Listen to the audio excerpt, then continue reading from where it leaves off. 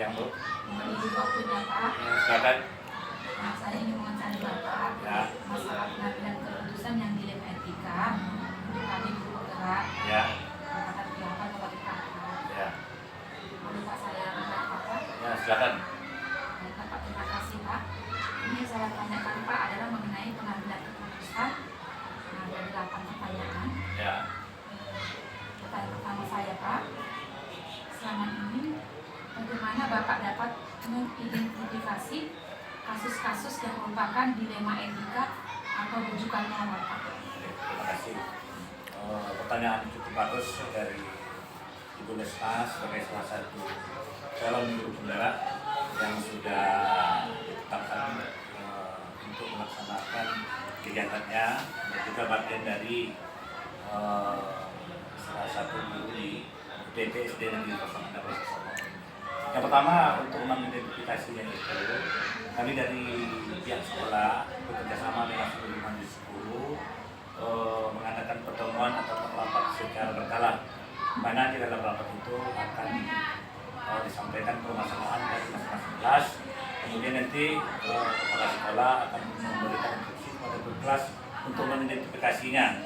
Kemudian nanti permasalahan yang sudah ditemukan oleh masing-masing guru kelas akan dibawa kepada rapat.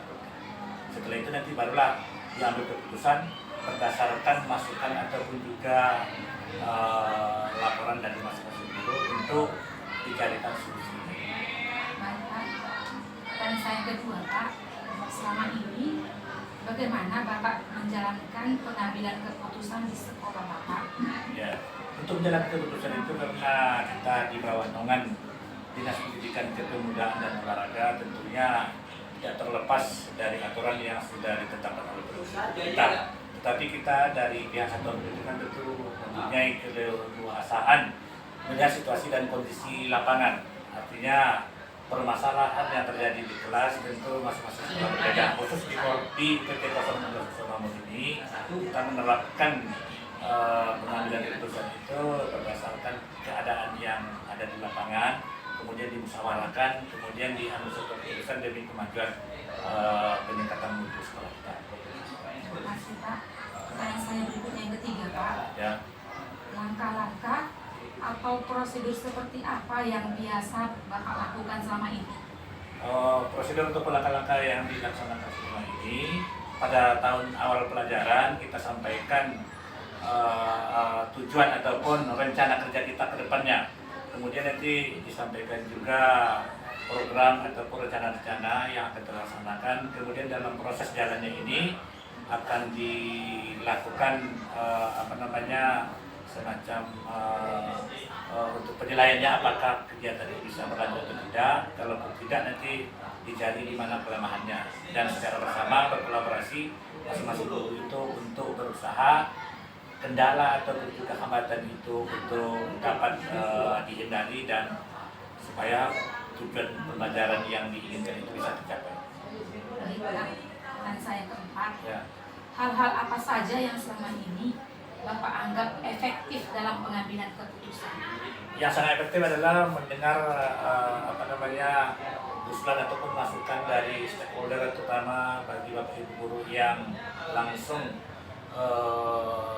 mengajar di kelas, sehingga apa yang terjadi di kelas itulah sebagai cerminan untuk dapat diambil suatu keputusan berdasarkan kendala ataupun kelemahan-kelemahannya dengan melihat pengalaman terutama bagi Bapak Ibu guru yang sudah senior, yang sudah mengabdi lama, sehingga itu menjadi acuan ataupun juga pedoman di dalam mengambil kebijakan untuk dilaksanakan pada kegiatan berikutnya. Baik Pak, pertanyaan saya kelima. Hal-hal apa saja yang selama ini merupakan tantangan dalam pengambilan keputusan pada kasus-kasus dilema etika Pak? Tantangannya? Tantangan yang paling berat itu karena kita sudah berusaha, tetapi tentu ada saja satu dua terjadi hal-hal yang di luar dugaan kita. Tetapi dengan adanya koordinasi dan kerjasama dan juga usaha dari setiap stakeholder tadi, terutama Bapak Ibu guru kelas, insya Allah seberat apapun tantangan itu akan kelihatan terasa ringan dan insya Allah bisa diatasi. Pak, Pertanyaan saya yang keenam, apakah Bapak memiliki sebuah jadwal tertentu dalam menyelesaikan kasus dilema etika? Apakah Bapak langsung menyelesaikannya?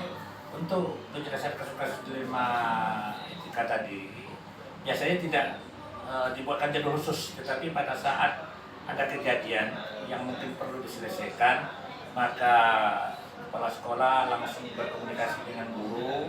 Kemudian kalau seandainya solusinya tidak bisa didapatkan pada saat itu, maka kepala sekolah bisa berkomunikasi ataupun juga memanggil salah satu guru senior ataupun juga mengkondisikan untuk diadakan pertemuan singkat untuk membicarakan hal tersebut supaya dilema etika ini tidak akan berlanjut atau berlarut-larut.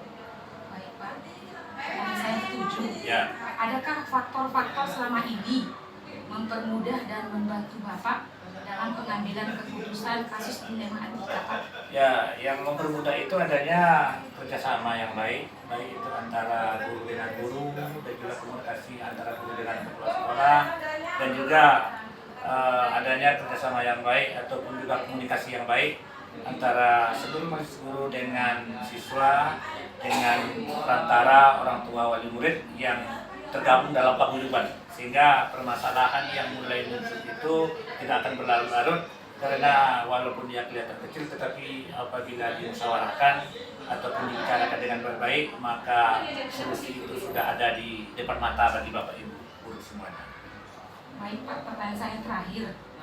Dari semua hal yang telah Bapak sampaikan, pembelajaran dan pengalaman apa yang Bapak ambil dalam mengambil keputusan dilema etika?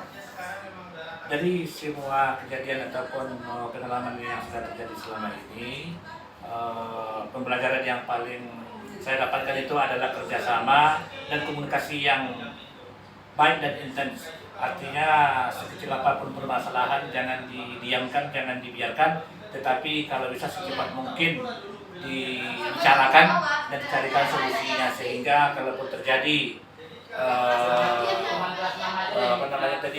etika yang tidak baik itu tidak akan menjadi suatu kebiasaan. Tetapi pada saat kita sudah bisa mendeteksi, kita berusaha untuk mencari solusi sehingga kekompakan dan juga kerjasama baik itu antara guru dengan guru, guru dengan kepala sekolah, guru dengan orang tua wali murid berjalan dengan baik. Itulah yang menjadi kemudahan dalam mengambil keputusan selama ini. Baik Pak, Ya. terima kasih banyak Pak atas wawancara ini. Semoga wawancara ini dalam pengambilan keputusan dalam kasus dilema etika dapat saya terapkan dalam sekolah saya. Oke, terima kasih Bu ya. Mudah-mudahan nanti Ibu bisa menerapkan dan juga sukses dalam proses pembelajaran sebagai calon guru penggerak ini, sehingga kedepannya sekolah kita ini lebih bisa maju dan berkembang, tentunya akan melahirkan mutu pendidikan juga yang lebih baik. Terima kasih. Amin Pak. Ya. Selamat siang Pak. Ya.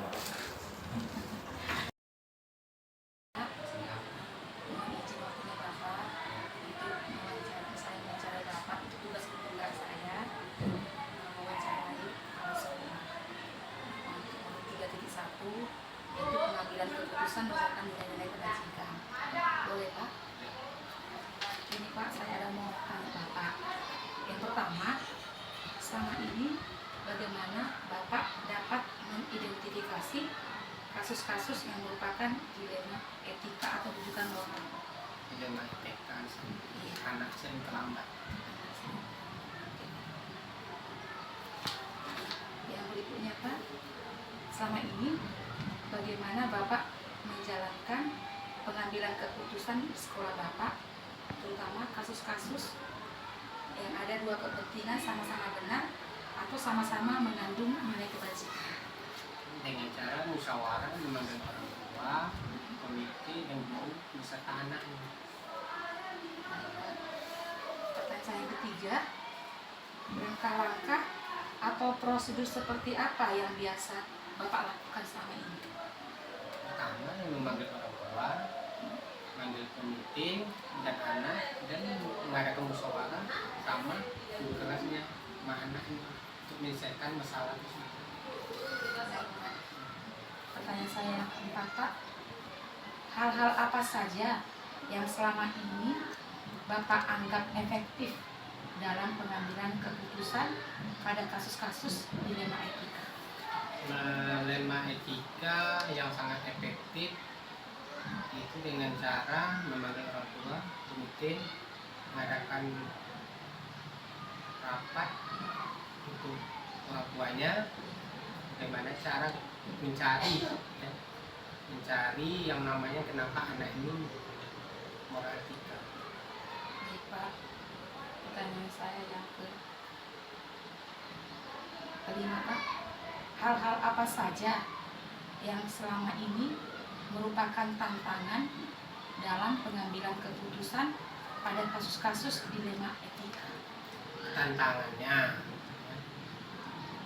pertama untuk mengambil keputusan, kadang ada orang tua bisa dulu, kadang tidak. Itu yang pertama. Ya. Yang kedua, tantangan kedua, ya. Tantangan kedua terutama kita lihat kadang tantangannya, kadang anak ini terkena nggak bisa, nggak ada yang ngantar, yang orang tuanya sakit, itu menjadi tantangan begitu.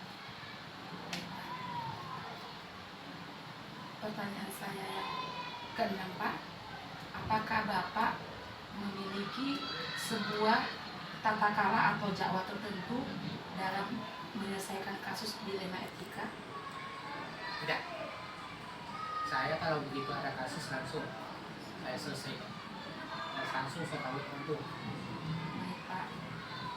Pertanyaan saya yang ketujuh Pak, adakah seseorang atau faktor-faktor apa yang selama ini mempermudah atau membantu Bapak dalam mengambil keputusan dilema etika tadi? Pertama, komite sekolah bantu saya, guru BK-nya, kemudian guru kelasnya. Ya, jadi sama-sama kami putuskan sehingga tidak terjadi ketimpangan, sama-sama adil. Baik Pak. Pertanyaan saya yang terakhir Pak, dari semua hal yang telah disampaikan, pembelajaran apa yang dapat Bapak petik dari pengalaman Bapak mengambil keputusan dilema etika? Pengalamannya yang saya dapat dari kasus ini, saya tahu kader sekolah saya itu pengalaman pertama. Kemudian saya tahu susahnya anak saya berangkat ke sekolah, kendala-kendala yang menjadi anak saya terlambat. Cara ngambilnya itu saya sering memanggil orang guru kelas, ya, apa penyebab anak ini, tolong didatangi ke rumahnya, ya, tanyakan sama orang tua apa masalahnya. Sudah kita itu, dan kemudian untuk mengambil keputusan, pengalaman saya tidak ada kebijakan itu yang merugikan, sama-sama baik semua. Keputusan yang saya ambil harus seimbang, ya, tidak ada yang dirugikan, Harus adil dan harus adil. Terima kasih ya Pak atas wawancara ini Pak. Semoga Bapak diberikan kesehatan, menjadi presiden yang amanah ya Pak. Selamat siang Pak.